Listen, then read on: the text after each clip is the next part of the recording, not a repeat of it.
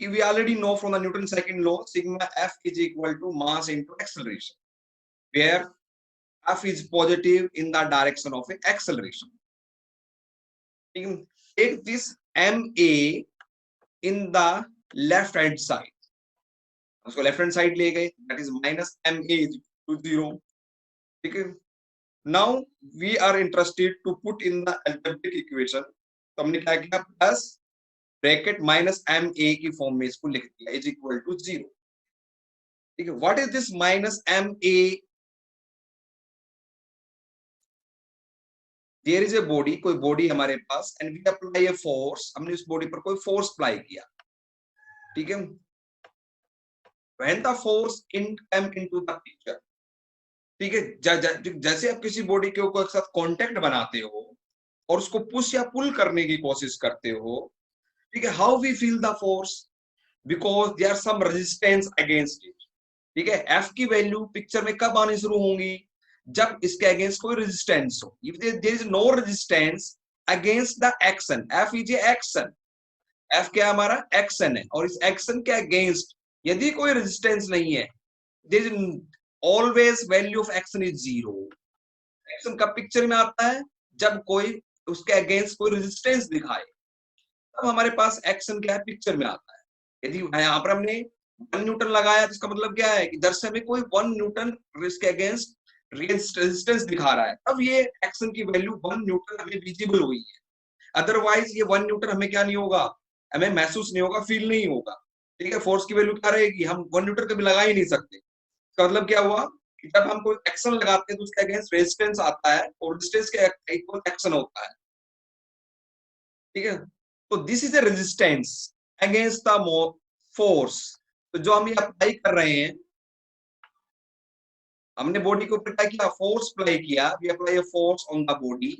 ठीक है, body is not interested to move, body motion करने में इंटरेस्टेड नहीं है, because is under the equilibrium condition. ये बॉडी किसके अंदर है, यदि रेस्ट में है तो किसमें, स्टैटिक इक्विलिब्रियम कंडीशन में है. इसका मतलब क्या हुआ, बॉडी क्या दिखा रही है, मोशन के अगेंस्ट एक रेजिस्टेंस दिखा रही है. What is the value of this resistance, that depend upon the mass. ये मास पर डिपेंड करता है, how much the mass of the body. जितना ज्यादा बॉडी का मास होगा, बॉडी उतना ज्यादा ही रेजिस्टेंस दिखाएगी अगेंस्ट द मोशन. ठीक है, and the second thing is acceleration. What is acceleration, rate of change of velocity with respect to the time. ठीक है, कि वेलोसिटी में क्या, किस स्पीड से चेंजमेंट आ रहा है. ठीक है, जो वेलोसिटी के अंदर चेंजमेंट है, चाहे वो मैग्नीट्यूड के अंदर हो, चाहे वो डायरेक्शन के अंदर हो, velocity means speed plus direction. ठीक है, तो किस स्पीड से, what is the rate of change of speed, what is the rate of change of velocity, उस पर डिपेंड करता है कि रेट ऑफ चेंज कितना. जितना ज्यादा रेट ऑफ चेंज होगा, उतना ज्यादा ही बॉडी क्या करेगी, रेजिस्टेंस क्रिएट करेगी अगेंस्ट द मोशन. तो जितना तो रेजिस्टेंस क्रिएट किया जा रहा है, उसके इक्वली हमें क्या करना होगा, फोर्सेस अप्लाई करनी होंगी. तो that is the resistance forces. Albert ने क्या कहा कि एम ए, ठीक है, ये क्या हमारे, that is the resistance forces, और that is always act opposite to the applied forces. तो अभी आपका अलजेब्रिक सम फोर्सेस लगा हुआ है, उससे क्या करेंगे, हमेशा उसके अगेंस्ट एक्ट करेंगे.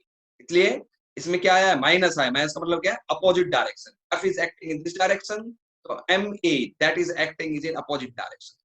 तो that is a action. Action की कैरेक्टरिस्टिक क्या, फोर्स. तो रिएक्शन की कैरेक्टरिस्टिक्स भी क्या होनी चाहिए, फोर्स. तो एम ए भी क्या होना चाहिए, फोर्स ही होना चाहिए. So that is the resistance forces. That is a resistance forces which act against the motion. तो motion के against act करता है. ठीक है, तो the resultant of a external forces sigma f, जो हमने forces apply किया, applied forces, and the resistance forces is 0. ये तो अल्बर्ट ने बताया कि हम जो न्यूटन सेकंड लॉ है उसको इस तरह से भी विजुलाइज कर सकते हैं, जितने भी एक्सटर्नल फोर्सेस बॉडी पर अप्लाई किए गए हैं, और what is the resistance forces which are against the motion. ठीक है, तो अलजेब्रिक सम कितना आएगा, 0 आएगा. The force minus M a is also called inertia force. Inertia means होता है रेजिस्टेंस अगेंस्ट समथिंग. ठीक है, तो यार रेजिस्टेंस किसके अगेंस्ट है? मोशन के अगेंस्ट रेजिस्टेंस। कि बॉडी मोशन करना नहीं चाहती लेकिन आप फोर्स अप्लाई करके उसको मोशन देना चाहते हो, आप उसकी वेलोसिटी में चेंज इंडिकेट करना चाहते हो, ठीक है।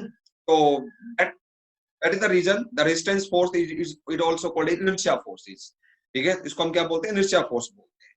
तो this inertia force always act in a direction opposite to the direction of a acceleration of a particle, ठीक है। जिस डायरेक्शन में आपकी बॉडी एक्सेलरेट हो रही है, for example this body is accelerating in this direction, inertia force is always act opposite to this, so inertia force will act opposite to this m into acceleration।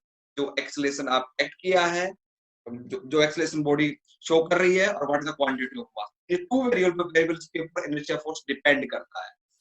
And this, यदि हमें इस body को, ठीक है, for example you want this type this amount of acceleration, आप चाहते हो कि इतना एक्सेलरेशन हो बॉडी का, तो आपका इनर्शिया फोर्स कितना हो गया? मास इनटू एक्सेलरेशन, कितना इनर्शिया फोर्स हो गया।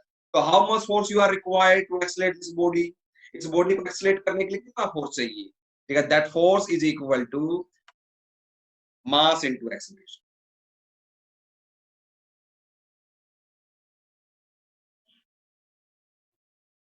नहीं, मैं दोबारा को एक्सप्लेन कर देता हूं, ठीक है। For example there is one body,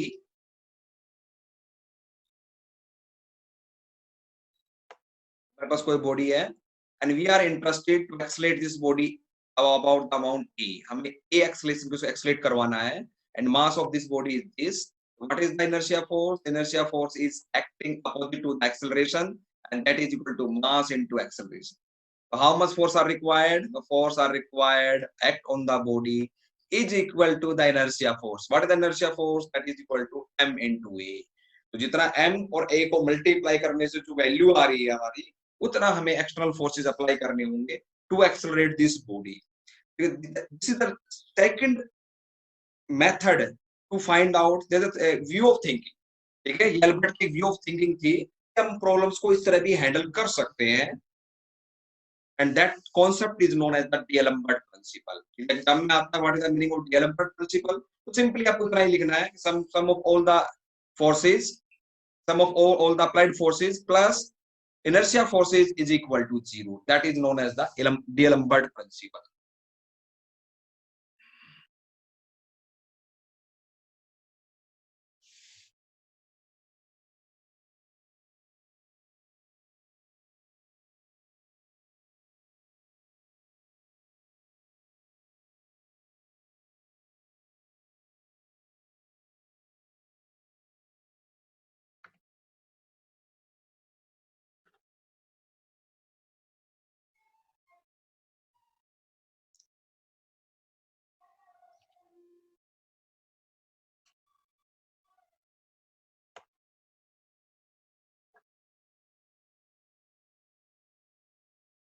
तो ये मैं ऑलरेडी आपको एक्सप्लेन कर चुका हूँ। That is external forces acting on the body, a is the acceleration, ठीक है। एक्सेलरेशंस फोर्स आर, ठीक है, forces are positive in the direction of acceleration, m is the mass of a body, ठीक है। we applied the resistance forces, that is inertia forces is equal to mass into acceleration and is act opposite to the direction of acceleration। inertia force जो act करेंगे वो acceleration से opposite act करेंगे, and sum of all the external forces plus inertia force is equal to 0, that is known as the D'Alembert principle। you can also take into the component form, ठीक है। to take all the forces in x direction, so we also take the inertia force in x direction। to take all the forces in y direction, you will take the inertia forces in y direction। now come on the dynamic equilibrium, equation of a dynamic equilibrium, that we from the D'Alembert principle we know that the sum of all the applied forces, external forces plus inertia forces is equal to 0। ठीक है, forces में forces add करोगे तो क्या आ जाएगा? Total forces आ जाएगा, sum of all the forces. तो sum of all the forces is equal to 0, ठीक है। फोर्स में फोर्स ऐड करेंगे तो क्या आएगा? फोर्स आएगा। तो adding of all the forces equal to sum of all the forces. तो what is the dynamic equilibrium? sum of all the forces including the inertia force is equal to 0। कि सभी forces, जितने भी body के ऊपर forces लगे हुए हैं, सबका हमने क्या कर दिया? अलजेब्रिक सम कर दिया, including the inertia forces. Inertia force को भी उसमें इन्वॉल्व किया है, ठीक है। तो what is the practical utility of this dynamic equilibrium वो हम आगे देखते हैं. It helps to unify the theories. ठीक है, थ्योरीज, अलग अलग थ्योरीज को यूनिफाई करने में इसमें हेल्प करता है. ये कैसे? सिंपली हमने ये याद रखना है कि चाहे स्टैटिक की प्रॉब्लम हो चाहे डायनेमिक की प्रॉब्लम हो, ठीक है, सम ऑफ ऑल द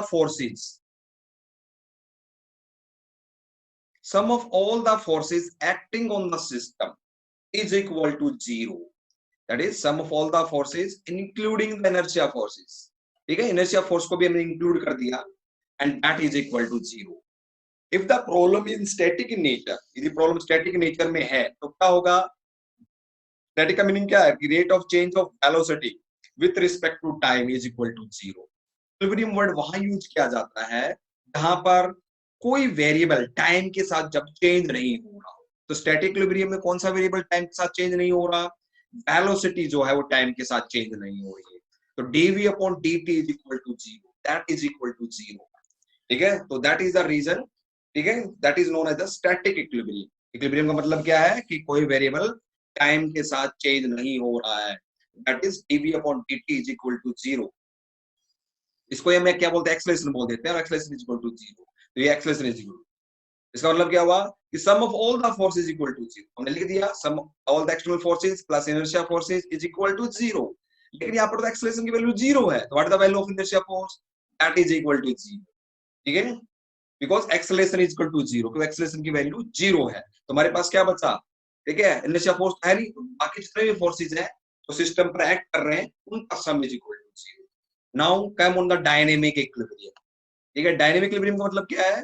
कि कोई यहाँ पर एक वेरिएबल टाइम के साथ चेंज नहीं हो रहा. What is the variable? Acceleration. Acceleration is not changing with respect to the time. Acceleration की जो वैल्यू है that is constant with respect to the time. d upon dt is equal to 0. So that is the dynamic equilibrium. Means acceleration is a constant. यहाँ पर क्या लिख देंगे हम? sum of all the external forces plus inertia forces is equal to 0. ठीक है, यहाँ पर हमने जो ऊपर लिखा था कि sum of all the forces, चाहे इनर्शिया फोर्सेस हैं उनको भी शामिल करो.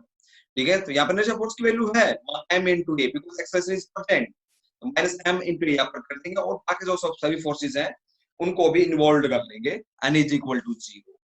तो इट मींस चाहे प्रॉब्लम स्टैटिक की हो चाहे डायनेमिक की हो, simply you can apply the sum of all the forces acting on the system is equal to 0. कि जितने भी फोर्सेस लगे हुए हैं सबका सब 0 आएगा.